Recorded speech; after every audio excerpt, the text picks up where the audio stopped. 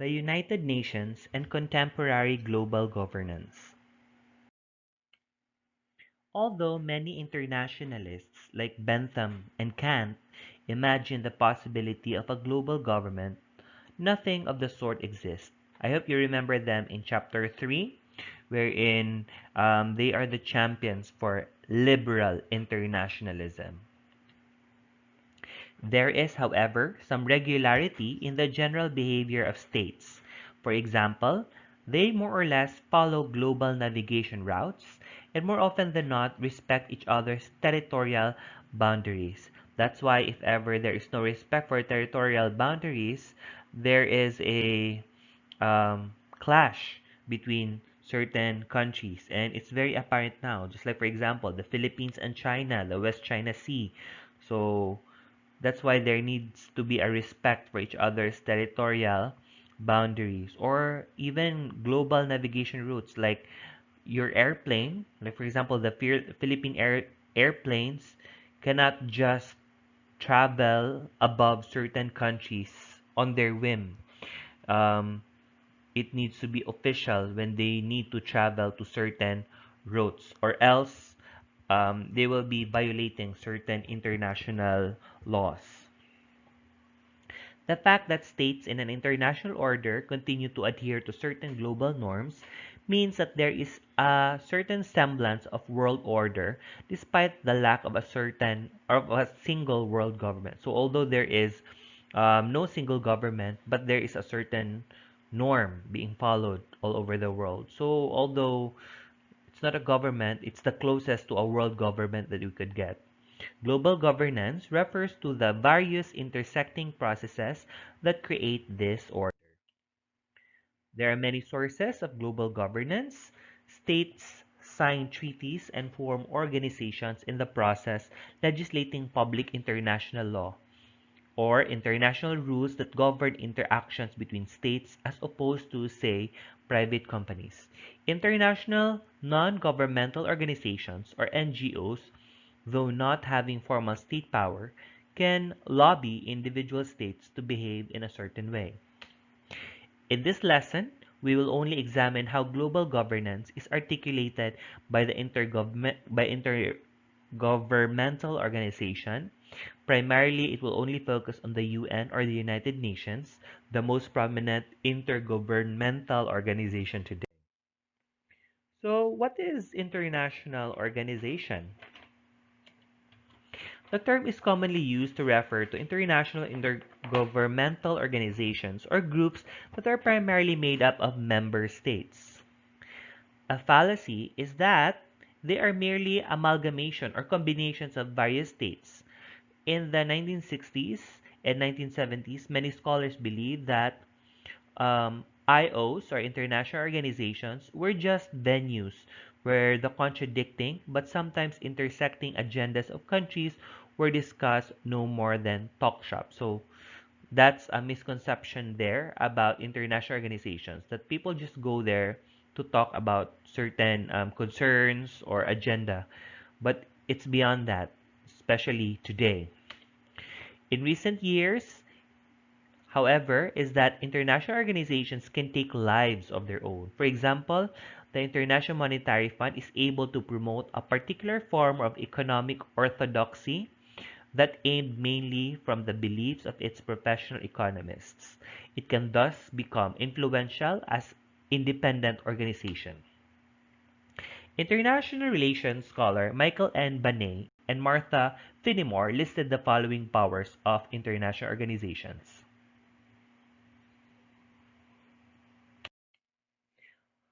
Okay, first is that IOs have the power of classification. What does this mean? Because IOs can invent and apply categories, they create powerful global standards. For example, the United Nations High Commissioner for Refugees, or the UNHCR, they define what a refugee is. So, since states are required to accept refugees entering their borders, this power is to establish identity has concrete effects. So, since it's the UNHCR who says what a refugee is or is not, so this will have a major impact on people who want to go to other countries claiming that they are refugees. For example, if you're a Filipino and then you go to another country, let's say America, and then you claim that you are a refugee, you must fit those definitions set by UNHCR first before you will be admitted to those countries. So it's that powerful, defining or classifying people or and definitions. Next, international organizations have the power to fix meaning. So it's a bit related to the power of classification. So for example, various terms like security or development need to be well defined. The meanings they create have effects on various policies. For example, recently the United Nations has started to define security as not just safety from military violence, but also safety from environmental harm. Last but not the least, international organizations have the power to diffuse norms. Norms are accepted codes of conduct that may not be a strict law, but nevertheless produce regularity in behavior. They also spread their ideas across the world, thereby establishing global standards. Their members are, as Barney and Fenimore emphasized, the missionaries of our time. Also, they have this kind of power because they are staffed with independent bureaucracies who are considered experts in various fields like PhDs, major researchers in their fields.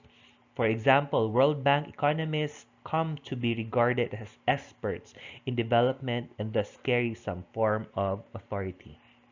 Because of these immense powers, international organizations can be sort of great good and great harm, unfortunately. They can promote relevant norms like environmental protection and human rights. Like other entrenched bureaucracies, they can become sealed off communities that fail to challenge their beliefs. So, yes, there's a good impact that IOs um, carry with them. So, for example, the classification, the giving of meaning, environmental protection, human rights. But on the one hand, because they're already considered as authority, people do not challenge them anymore.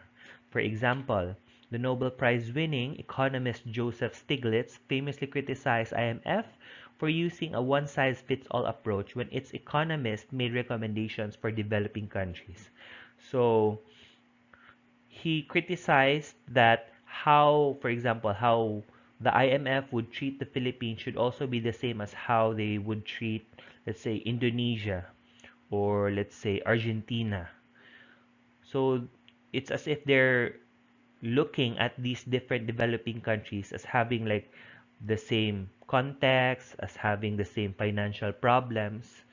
So they are not really adjusting their means of like handling these different countries and their economies. And that's why this is one negative side of it, because if you don't question authority anymore, if you don't question these certain forms of power, and who will? So that's one negative impact of this power being placed on international organizations such as, let's say, the IMF. So let's now go to the United Nations. After the collapse of the League of Nations at the end of World War II, countries that worried about another global war began to push for the formation of a more lasting international league. The result was the creation of the United Nations. It has so far achieved its primary goal of starting another global war. So we could say that this already success indicator because that's one of the major reasons that the UN was created. The UN has five organs. First is the General Assembly. So, the General Assembly is UN's main deliberative policy making and representative organ. What does this mean? So, according to the UN Charter, decisions on important questions such as those on peace and security, admission of new members, and budgetary matters require two-thirds majority of the General Assembly. Decisions on other questions are done by simple majority. Annually, the General Assembly elects a GA president to serve a one-year term of service. All member states, currently at 193, have seats in the General Assembly. The Philippines played a prominent role in the General Assembly's early years. The Filipino diplomat Carlos P. Romulo was elected GA president from 1949 to 1950. Next. Although the GA is most representative organization in the UN, many commentators consider the Security Council or the SC to be the most powerful. According to the UN, this body consists of 15 member states. The GA elects 10 of these 15 to 2-year terms. The other five, sometimes referred to as the permanent five or the P5, I already mentioned this in chapter 3. Um, they are China, France, Russia, the United Kingdom, and the United States. So these countries played an important role during World War II. So that's why they're called P5 because they are permanent. So only 10 more are added to the 15 members of the Security Council who will stay for just 2 years in the Security Council. The Security Council takes the lead in determining the existence of a threat to the peace or an act of aggression. It calls upon the parties to a dispute to settle the act by peaceful means and recommends methods of adjustment or terms of settlement. In some cases, it can resort to imposing sanctions or even authorizing the use of force to maintain or restore international peace and security. Because of these powers, states that seek to intervene militarily in another state need to obtain the approval of the Security Council. For example, Philippines cannot just attack another country if it wanted to. It needs to undergo, or I mean, not attack, but it wants to do military intervention to another country. So it needs to go to the Security Council first for approval. With the Security Council's approval, a military intervention may be deemed legal. So as you can see, this is an immense power because it has something to do with military intervention and war. Much attention has been placed on the SC's P5 or the Power 5 due to their permanent seats and because each country holds veto power over the Council's decision. So when we say veto, so they're saying no to when there is a voting, they would say no. So once either one of the five of these P5 would say no to a military intervention, automatically it will not push through. It only takes one veto vote from a P5 member to stop a Security Council action dead in its track. The Security Council is heir to the tradition of great power diplomacy that began with the Metternich or the Concert of Europe system. Remember lesson 2, the Metternich and lesson 3, the Metternich and Concert of Europe system that was stopped by Napoleon Bonaparte but eventually came back. It is especially telling that the P5 consists of the major Allied powers that won World War II. The Security Council will be further discussed in the future. The third organ is the Economic and Social Council, which is the principal body for coordination, policy review, policy dialogue, and recommendations on social and environmental issues, as well as the implementation of internationally agreed developmental goals. It has 54 members, selected for 3-year terms. Fourth is the International Court of Justice, whose task is to settle in accordance with international law, legal disputes submitted to it by states, and to give advisory opinions referred to by authorized United Nations organs and specialized agencies. Finally, we have the Secretariat, which consists of the Secretary General and tens of thousands of international UN staff members who carry out the day-to-day work of the United Nations as mandated by the General Assembly and the organization's other principal organs. However, The United Nations, although is already a very powerful international organization, there are still challenges faced by the UN. Chief among these are the limits placed upon its various organs and programs by the need to respect state sovereignty. The UN is not a world government. Remember, it's not a world government. It's functioned primarily because of the voluntary cooperation of the state. So therefore, if a state refuses to cooperate, therefore the influence of the UN can be severely circumscribed. For example, the UN Council on Human Rights can send special rapporteurs to countries where alleged human rights violations are occurring. But then again, if the country will not cooperate, so the it could be circumscribed. The biggest challenge of the UN is related to the issues of security. As mentioned, the UN Security Council is tasked with authorizing international acts of military intervention. Because of the P5's veto power, it is tough for the Council to release a formal resolution, much more implemented.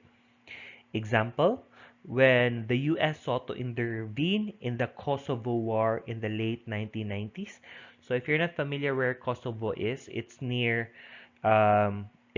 north of Greece, somewhere there, near Lithuania. It's near the Latvia, near there, like the Russian countries. So Serbian leader Slobodan Milosevic was committing acts of ethnic cleansing against ethnic Muslim Albanians in the province of Kosovo. Hundreds and thousands of Albanians were victims of massacres, mass deportations, and internal displacement. Amid this systematic terror, members of the North Atlantic Treaty Organization, or the NATO, led by the United States, sought Security Council authorization to intervene in the Kosovo War on humanitarian grounds. China and Russia, however, threatened to veto any action, rendering the United Nations incapable of addressing the crisis. In response, NATO decided to intervene on its own. Though the NATO intervention was largely a success, it nevertheless left the UN ineffectual. So as you can see, if there are already allies that are involved in the decision making, so somehow the UN's Security Council is left ineffectual. Today, a similar dynamic is evident in Syria, which is undergoing a civil war. Russia has threatened to veto any Security Council resolution against Syria. Thus, the UN has done very little to stop state-sanctioned violence against opponents of the government, since Syrian President Bashar al-Assad is an ally of the Russian dictator Vladimir Putin. The latter has shied away from any UN policy that could weaken the legitimacy of the former. As a result, the UN is again ineffectual amid a conflict that has led over 220,000 people dead and 11 million displaced. Despite this, despite these problems, so it remains important for the Security Council to place a high bar on military intervention. So although they had bad calls before, they also had made the right decision. So for example, one time there was the US which sought to invade Iraq in 2001. I guess we're all familiar with this. It claimed that Iraq's Saddam Hussein had weapons of mass destruction that threatened the world. However, UN members Russia, China, and France were unconvinced and vetoed the UN resolution for intervention, forcing the United States to go on a small coalition of the willing with its allies.